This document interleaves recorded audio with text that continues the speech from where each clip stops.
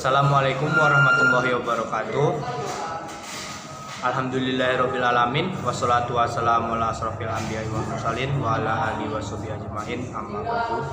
Dan kita ucapkan puji dan syukur kita terhadap kehadiran Allah Subhanahu wa taala, di mana kali ini kami bakalan membuat quiz tentang filsafat Islam, yaitu tentang metode pendidikan Islam. Nah, di sini saya akan mengutarakan beberapa pertanyaan kepada teman saya, yaitu pertama Tiara Amanda dan Malika Ayumi.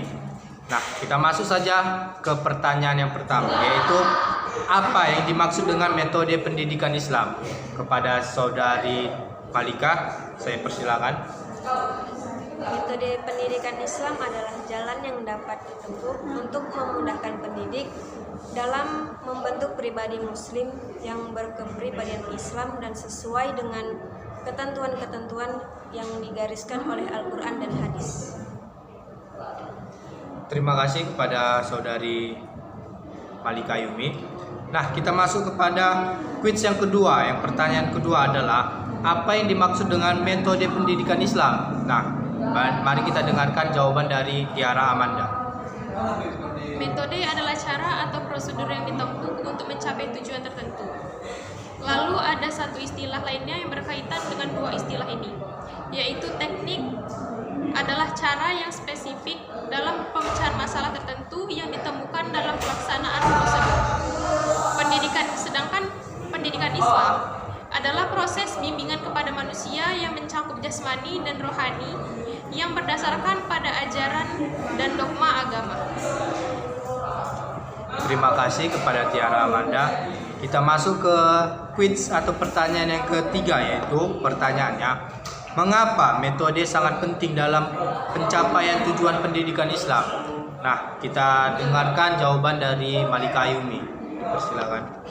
Dalam pendidikan Islam, metode mempunyai kedudukan yang sangat tinggi dan sangat penting dalam upaya mencapai tujuan, karena ia menjadi sarana yang akan memberi makna bagi materi pelajaran yang disusun dalam kurikulum pendidikan, sehingga dapat dipahami atau diserap oleh peserta didik.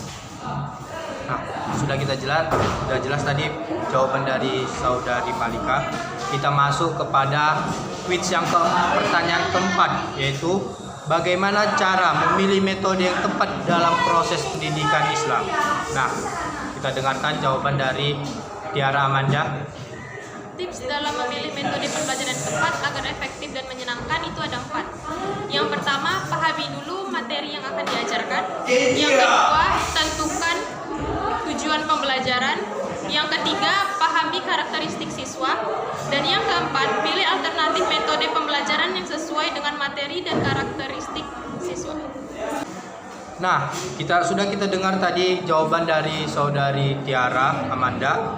Kita masuk kepada quiz yang kelima atau pertanyaan yang kelima, yaitu metode bagaimana yang paling tepat digunakan dalam pendidikan Islam. Kita dengarkan jawaban dari saudari Ayumi.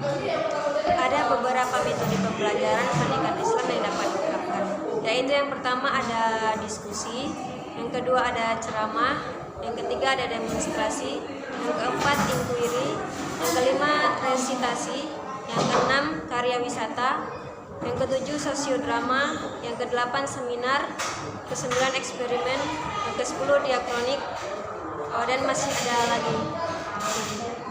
Nah, baik, terima kasih kepada saudara Ayumi.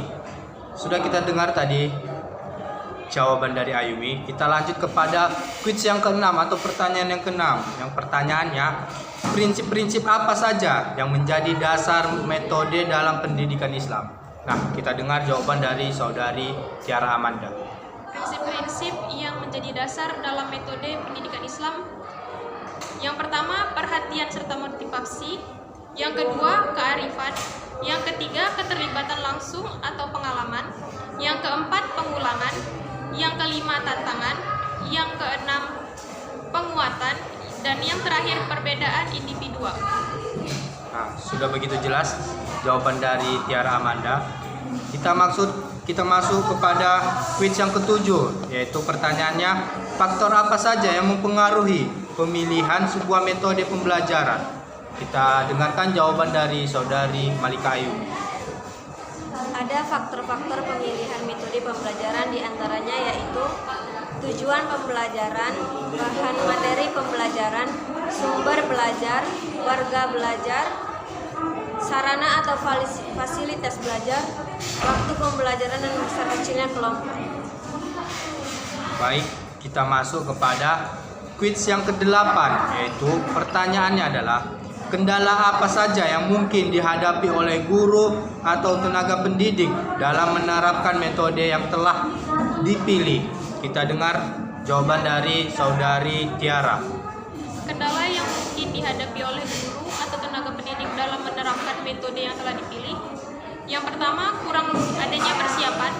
Yang kedua, jarang melakukan refleksi. Yang ketiga, berhenti belajar. Dan yang keempat, tidak memahami karakteristik peserta didik. Baik, sudah kita dengarkan dari jawaban dari Tiara Amanda. Kita masuk kepada quiz yang 9 atau pertanyaan yang ke-9. Nah, pertanyaannya, bagaimana jika tidak adanya metode dalam pendidikan? Kita dengar jawaban dari Saudari Malika Ayumi.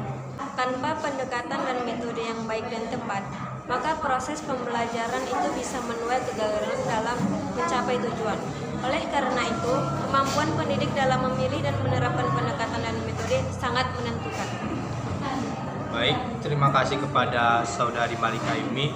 Kita masuk kepada quiz yang ke-9 atau pertanyaan terakhir, yaitu apa fungsi dalam penerapan metode pendidikan Islam ini?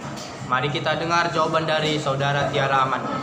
Fungsi metode pendidikan Islam adalah untuk mengajarkan keberhasilan belajar, memberi kemudahan kepada peserta didik untuk belajar berdasarkan minat, serta mendorong usaha kerjasama dalam kegiatan belajar antara pendidik dan peserta didik. Baik, sudah kita dengar beberapa pertanyaan dan beberapa quiz dan jawabannya dari teman-teman kita tersebut. Nah, semoga video ini dapat membantu teman-teman yang ada di sana dan jangan lupa like, comment, subscribe. Terima kasih.